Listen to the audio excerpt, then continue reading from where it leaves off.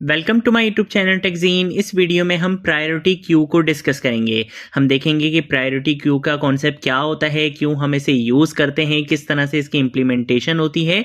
इन सारे important concepts को हम इस वीडियो में थ्योरेटिकली डिस्कस करने वाले हैं।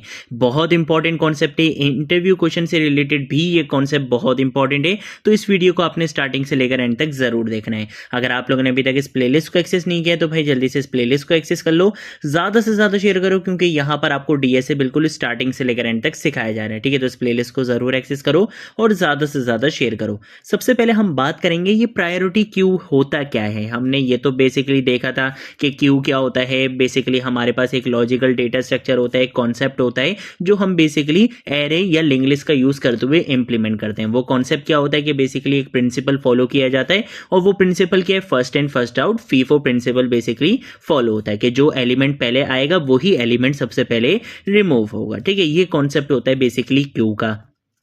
लेकिन अगर हम बात करते हैं प्रायोरिटी क्यू की, तो प्रायोरिटी क्यू बेसिकली क्यू की एक स्पेशल टाइप होती है जहां पर एलिमेंट के साथ एक प्रायोरिटी वैल्यू होती है।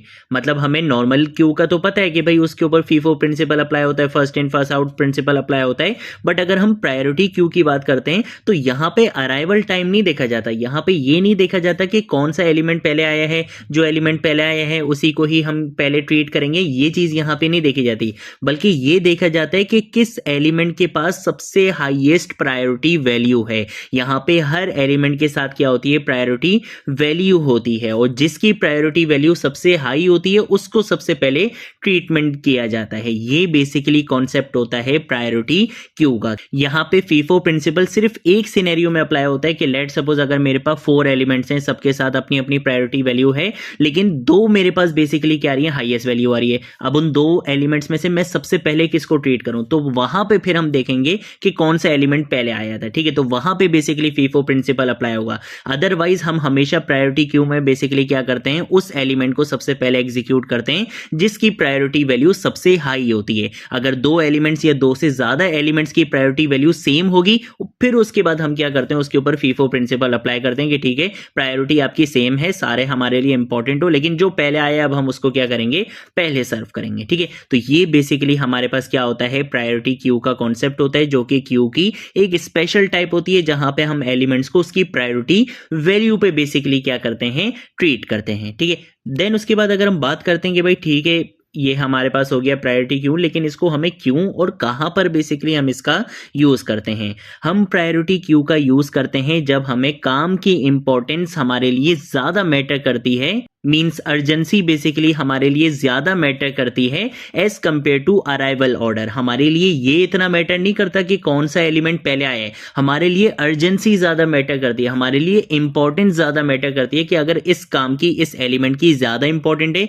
ये काम ज्यादा अर्जेंट है, तो हम बेसिकली पहले इसको करेंगे, बाकी चीजों को हम बाद में करेंगे। ठीक है, जैसे बेसिकली कुछ टास्क होते हैं जो इतने इंपॉर्टेंट होते हैं कि उनको फौरन उसी टाइम ही करना पड़ता है, चाहे वो पहले आया हो या बाद में आया हो, उन्हें हमें पहले ही करना पड़ता है। ठीक है, जैसे अगर मैं एग्जांपल दूं आपको, सीपीयू स्केड्यूलिंग में हम उसका यूज करते हैं, पेशेंट ट्रीटमेंट में हम इसका यूज करते हैं, नेटवर्क पैकेट हैंडलिंग में बेसिकली हम इसका यूज करते हैं। जैसे अगर हम रियल लाइफ एग्जांपल्स की भी बात करें तो रियल लाइफ एग्जांपल्स में जैसे अगर मैं बात करता हूं हॉस्पिटल एंड इमरजेंसी रूम की, तो भाई अगर एक पेशेंट है जिसको सिर्फ एक नॉर्मल फीवर है और एक पेशेंट है जिसकी कंडीशन बहुत ज्यादा क्रिटिकल है, तो ऑब्वियसली पहले किसको ट्रीट किया जाएगा, जो क्रिटिकल पेशेंट है उसको ट्रीट किया जाएगा, चाहे वो फीवर वाले पेशेंट के बाद में ही क्यों ना आया हो। हम पहले किसको ट्रीट करेंगे, जिसकी अर्जेंसी ज्यादा है, जो ज्यादा इंपॉर्टेंट है, जिसकी प्रायोरिटी बेसिकली ज्यादा है। ठीक है, तो उसको बेसिकली क्या किया जाएगा, ट्रीट किया जाएगा। सेम ऐसे ही ऑपरेटिंग सिस्टम अगर हम बात करते हैं सीपीयू स्केड्यूलिंग में, तो वहां पे कुछ प्रोसेस ऐसे होते हैं जिनकी प्रायोरिटी सबसे हाई होती है, तो हम बेसिकली क्या करते हैं, उन प्रोसेस को पहले एग्जीक्यूट करते हैं।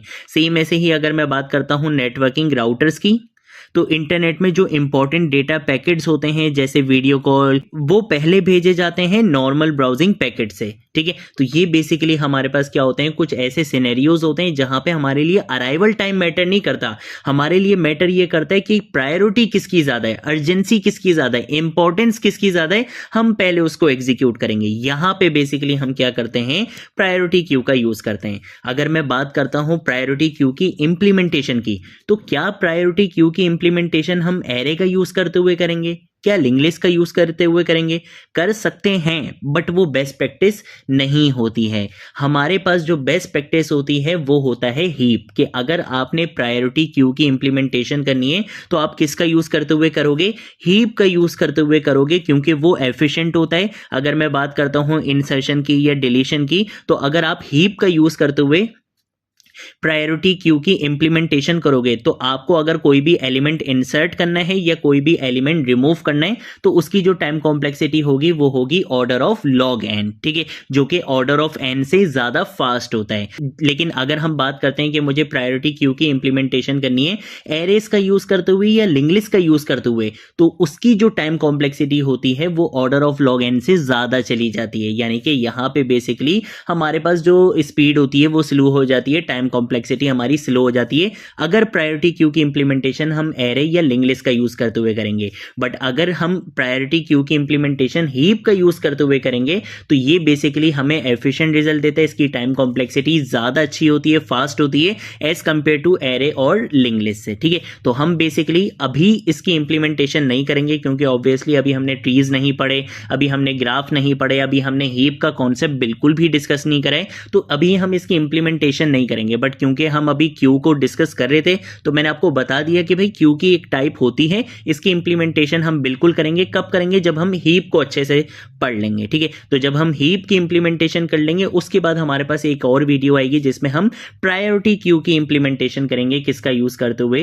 हीप का यूज करते हुए, ठीक है। तो एक चीज आपने माइंड में रखनी है कि भाई क्यू की हमारे पास एक वीडियो भी पेंडिंग में जिसमें हम क्या करेंगे? प्रायोरिटी क्यू की इंप्लीमेंटेशन करेंगे, बट इंप्लीमेंटेशन हमने करनी है हीप का यूज करते हुए, और ऑब्वियसली अभी हमने ट्रीज, हीप और ग्राफ वगैरह इन सारी चीजों को इंप्लीमेंट नहीं किया है, ठीक है। तो नेक्स्ट वीडियो से बेसिकली हम ट्रीज का कॉन्सेप्ट स्टार्ट करेंगे, देन उसके बाद जब आगे जाके हम हीप को अच्छे से पढ़ लेंगे फिर हम बेसिकली प्रायोरिटी क्यू की इंप्लीमेंटेशन भी करेंगे, ठीक है। तो ये थी हमारी आज की वीडियो। अगर कोई चीज नहीं समझ आए नीचे कमेंट सेक्शन में पूछ लेना, सोशल मीडिया अकाउंट से पूछ लेना, मैं जरूर आप लोगों को रिस्पॉन्ड करूंगा। इसके साथ साथ ये जो बेसिकली लेक्चर्स होते हैं ये मैंने पहले भी बताया था, मैं दोबारा आपको बता देता हूँ। ये बेसिकली आपको गिटहब पर मेरे मिल जाएंगे। यहाँ पे मैंने बेसिकली एक रिपोजिटरी बनाई हुई है, वो रिपोजिटरी मैं आपको दिखा देता हूँ। यहाँ पे हैं आपके पास डीएसए के लेक्चर्स, ठीक है। तो यहाँ पे बेसिकली आपको क्या मिल जाएंगी? सारी ये पीडीएफ मिल जाएंगी, जो भी पीडीएफ हमने इस कोर्स में डिस्कस की है, ठीक है। जो भी थ्योरेटिकल कॉन्सेप्ट्स में हम बेसिकली पीडीएफ पे डिस्कस करते हैं वो सारी पीडीएफ, वो सारे लेक्चर्स आपको यहाँ पे मिल जाएंगे, और इसका लिंक नीचे डिस्क्रिप्शन बॉक्स में मिल जाएगा, वहां से आप एक्सेस कर सकते हो, ठीक है। अगर कोई चीज नहीं समझ आए नीचे कमेंट सेक्शन में पूछ लेना, सोशल मीडिया अकाउंट्स पे पूछ लेना, मैं जरूर आप लोगों को रिस्पॉन्ड करूंगा। अब हम मिलेंगे नेक्स्ट वीडियो में नेक्स्ट टॉपिक के साथ, तब तक के लिए बाय बाय।